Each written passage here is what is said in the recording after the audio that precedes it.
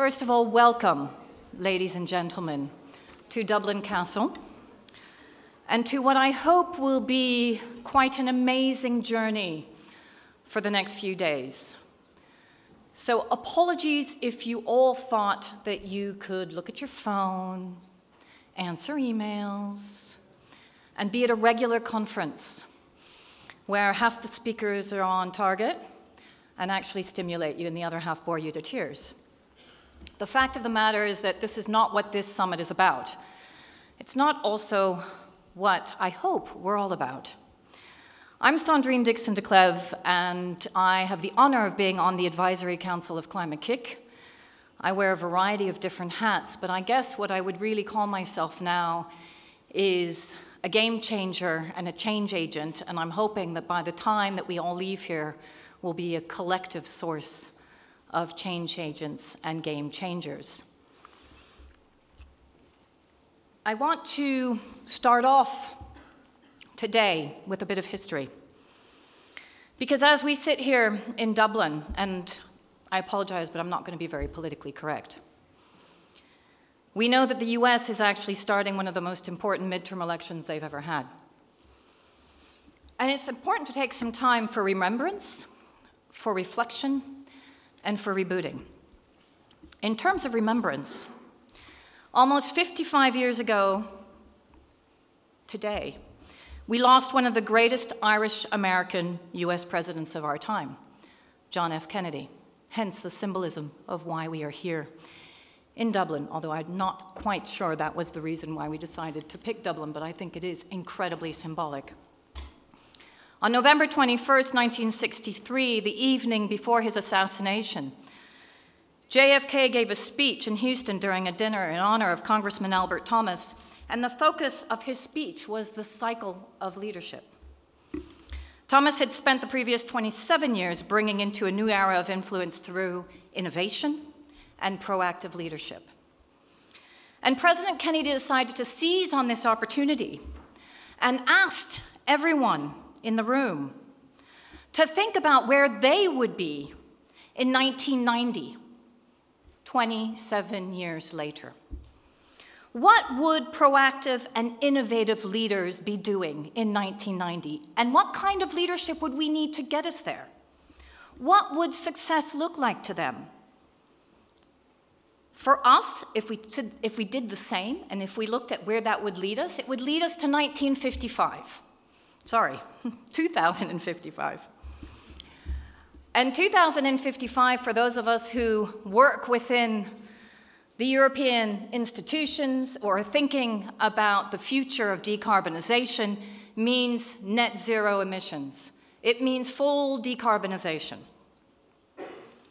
If we go back to JFK, he stated that if the country was to prosper, we must heed to the vision of a new generation of Americans. I sure hope that the midterm elections will do the same. He encouraged others to do what Thomas did and create a vision for the next 27 years. And he challenged them to think about what did that mean?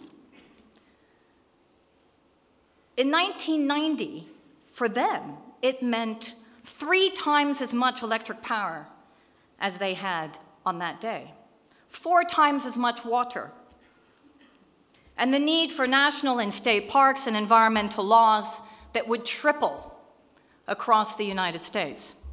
This was a call for real leadership, and it's one we must make again. So even though some of you thought you were just coming to another conference, I'm going to ask you to think about what it means to actually innovate and to be a real leader. In terms of reflection, at a time when across the water, and in some countries in the EU, democracy is broken because innovation is not just about technology. Dreams are replaced by nightmares and night sweats driven by fear. The entire body of social, environmental, constitutional, and human rights laws are being threatened. When globally we are faced with some of the most massive tipping points we have ever seen, whether it be around ecosystems or our natural climate systems, or our financial and economic systems, let's not forget that already 50 years ago, even Robert Kennedy, the second most important Irish American in the United States, had said, let's look at GDP. GDP measures everything except that which is worthwhile. So Europe must assume not only new leadership, but become bold and ambitious leaders across a variety of different systemic areas in order to get us through this complex decision-making time. We must look at beyond GDP and costing externalities. We must look at migration. We must look at net zero emissions. We must look at also sustainable finance. Because actually, a lot of what we need to do is going to be driven by shifting the trillions. And so we need to reboot. And that is my third word: remembrance, reflection, and reboot. And within the context of rebooting, during his acceptance speech as the party's nominee at the 1960 Democratic National Convention in Los Angeles, JFK told the crowd that they were standing on the edge of a new frontier, of unknown opportunities and perils, the frontier of unfilled hopes and unfilled threats. He also told them that the new frontier is here, whether we seek it or not. Beyond that frontier, in uncharted areas of science and space, unsolved problems of peace and war, unconquered problems of ignorance and prejudice, unanswered questions of poverty and surplus. Interesting. That was in the 60s. Sound familiar? During this speech, he also challenged everyone by saying, I'm asking each of you to be pioneers of this new frontier. And that is what I ask of you as you start your journey today, each an individual, to carry on not on your merry way as you leave on Thursday, but to remember that you can also be pioneers of a new journey. We must all be pioneers. We must all carry with us a moral and pioneering compass that reminds us daily that the vision of the future is within our grasp.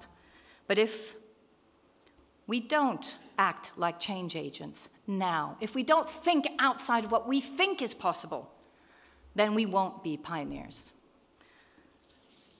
Everything is possible. So I ask you, as we start our journey together, to open up your minds, to provoke, to question as speakers, as participants, in order to ensure that when we leave here, we do remember that everything is possible and we have some core actions to get us along the way. I'm going to start to do that with one of those people that I feel actually is a real change agent and has tried to do the same through her own career and also in the way in which she's been leading Climate-KIC, not only as an organization linked to the European institutions that is looking at research and development and the implementation of core projects in the usual way, but actually in starting to address what business unusual looks like, in starting to address what new models and real change looks like, in creating the vision so that all of those that are part of the Climate-KIC family can join her on that vision. So please give a warm welcome for Kirsten Dunlop.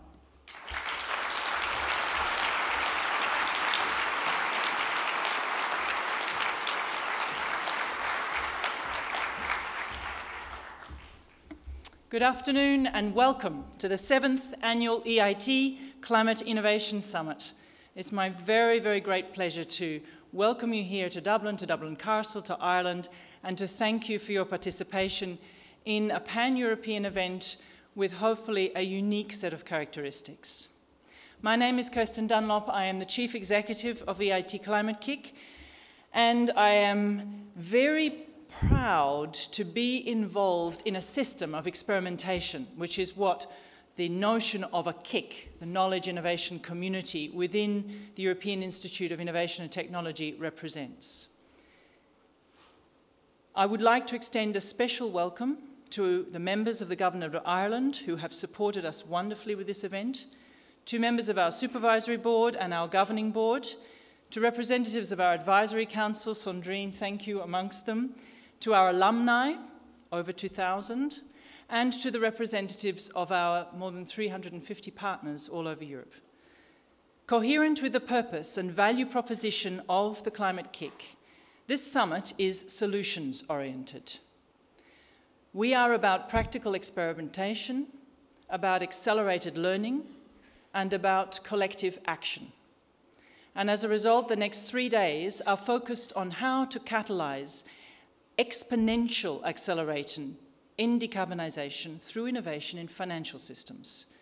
That is the call to action that we have focused on for this year, and that is MissionFinance. It is my pleasure to welcome a wonderful group of speakers who have the task ahead of them of bringing the notion of MissionFinance to life, and I would like to thank them in advance for the time that they have dedicated and the energy they've put into being here and to contributing collectively to the shape and to the thought that is in this summit. You'll find, and I'm going to give you a layout of some of the things that you will find as resources in the next 2.5 days. You'll find session leads have been asked and put to work across the 3 days, or 2.5 days, to create opportunities to share ideas that often go unspoken. So here we are really wanting not to have yet another construct and yet another context in which we sit, we listen, we hear the same things, we take note, we walk out, and nothing changes. I have asked every session lead to work to make sure that these are conversations, and then in our breakout groups and on the panel sessions that are here, that uncover powerful leverage points and reframes to explore the ways in which we can deploy innovation to connect financial systems and to rewire our core set of assumptions and practices around capital economics, measures, risk, and the notion of what we do with the artificial construct of money to achieve something in the world and construct a reality around us. This is about rewiring for real economic and societal transformation. But of course, provocation, uncovering unexpected leverage points, stimulating the kind of conversations that really draw up the unspoken stuff, requires an act of participation and risk-taking. So my request and my invitation to all of you is to bring your most provocative ideas to these conversations, to speak the things that are not spoken, and to walk out of those rooms with ideas and a list and action points and a sense of who am I going to go and talk with to really start making structural change a possibility. We have over 500 people registered for this year's summit, representing a very diverse group of business leaders, sector professionals, policymakers, entrepreneurs, researchers, students, and the foremost thinkers amongst us to share their innovative perspectives, their expertise, their critical insights, and again, to invite that conversation and that exchange of thoughts and possibilities. You will see in the course of the 2 days, we have a very diverse range of sessions. We have interactive risk games, there are debates, there are masterclasses, plenary discussions, and these are intended to build from some of the opening day reflections you will hear today, and intended to focus debate on existing baselines, on guidelines, and on policy-driven mechanisms for change. And that's the focus of today. Tomorrow, we are shifting our attention to explore the ways in which we can coax, or if you like, hack the existing system to transform itself through unexpected leverage points, through mechanisms for change that perhaps are not fully realized in the moment, but then start to unlock a set of virtuous circles and changes, and through new ways of framing incentives to invest and to build towards what we will then look at in day 3, which is an exploration of insight into action. Single point and systemic solutions operating together, policy-driven, technology-facing, and increasingly facing into a real-world economy and a transformation in the context of real-world economy. MissionFinance is about innovation, and what better way than a practical demonstration of innovation in action. As you walked into this building, and if you didn't notice it, go out and walk backwards and forwards and have a look at it, you'll see that there's an installation over the entire facade. It's called Photosynthetica. It represents the interdependence of digital and biological intelligence, if you like, the world of phygital that we will increasingly need to live in. It's been designed by Ecologic Studio, and it's introducing a different spatial metric to measure human-induced climate change.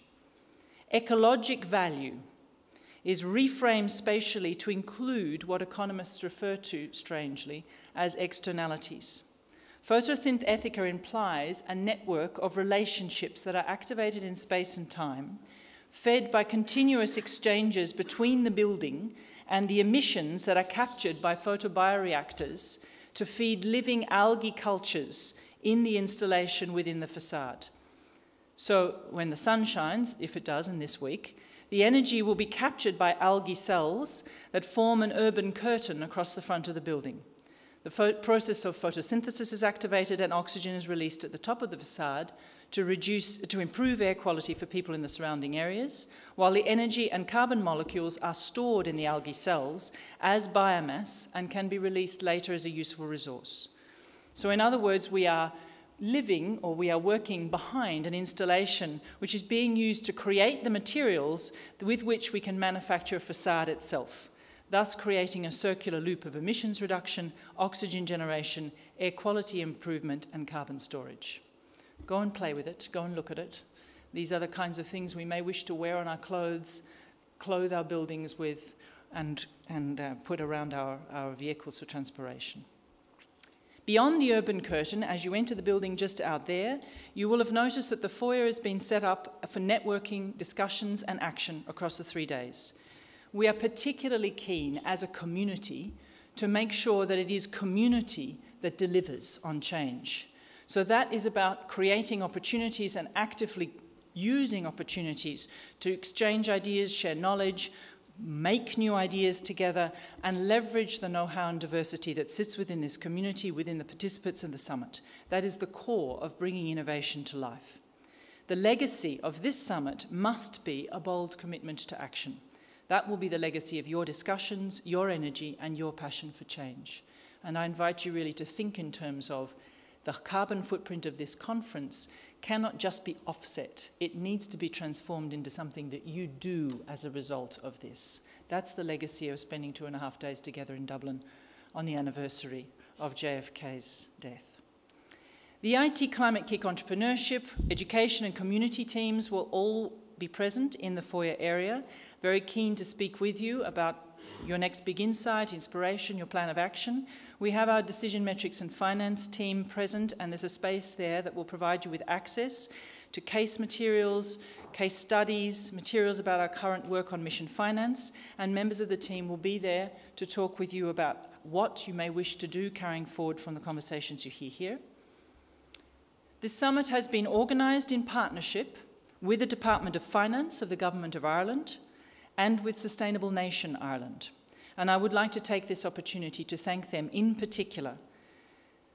I would like to thank Pascal Donoghue, Minister of Finance, and Stephen Nolan, the CEO of Sustainable Nation Ireland, and his team for their immense contribution and passion to bring this event to life, to invite it to come here, and to create around it and locate it in such an important topical context of a sustainable week for Ireland as a nation. The summit is a turning point for Dublin, and a turning point for Dublin as a European hub for financial centres for sustainability all over the world. And it can therefore also, if we make it, be a turning point for Ireland in its pathway to decarbonisation and an active contribution to climate change mitigation for Europe and for the world. I would also like to thank our sponsors and our partners. And I think since it's so often lost in the detail, the commitment and the energy that goes into events like this, I would like to take the care to name them. That's BNP Paribas, South Pole Group, the Gold Standard, the Ireland National Tourism Development Authority, Carbon Trust, Irish Funds, the European Banking Federation, the UN RED Programme, Insurance Ireland, and Nordsip, and our media partner, Environmental Finance. And of course, I would also, as we open, like to thank my own team, and in particular, Gina Lovett, who has led an extraordinary effort and dedicated many hours to this summit as a meeting place for action. Our vision for MissionFinance is to mainstream climate into financial markets so that we do not refer to categories of assets, classes of assets that are green, that are sustainable. We start to ask ourselves, if all finance were climate finance, if all adaptation finance and resilience finance were dedicated to the basic problem of continuing to survive on this planet, what would we do with it? If all investment finance were investing in a prosperous and sustainable future, how would we redesign it? We want to democratize climate risk information, and you will hear more about that, so that it can be used by more actors than usually have access to it. We wish to foster bankable green assets in cities, in regions, in areas where there is a tight connection to the possibility to change demand finance and to convert action and convert intention into action. And we want to look at how can we draw through risk-informed 1.5 degrees C compatible finance so that we can unlock at least 90 trillion globally over the next 15 years to do what we need to do. We are working in Climate-KIC through our decision metrics and finance theme and with our community of partners, most importantly, to develop the metrics and the financial mechanisms to redirect and mobilize finance at that kind of scale so that we can drive the necessary structural and behavioral changes. We don't have a problem with money. There's plenty of money. The question is, what are we doing with it? And that is really what we're here to do, to ask ourselves, what are we doing with it? The mission is clear. This summit is now here for us, the time to ignite systemic transformative change in line with what science demands of us. And if you think, you read beyond the executive summary of the IPCC report and read into the 90 scenarios that are in there and start just making a calculation around timeframes, 12 years to set in place profound structural change to almost every single system of cause and effect that we have on this planet. That is a responsibility that sits on our watch. So, if we're talking about rules and rails, and we're talking about that scale of ambition and responsibility, I would like at this point to introduce the first of the agents provocateurs and change agents in our world, Mariana Mazzucato.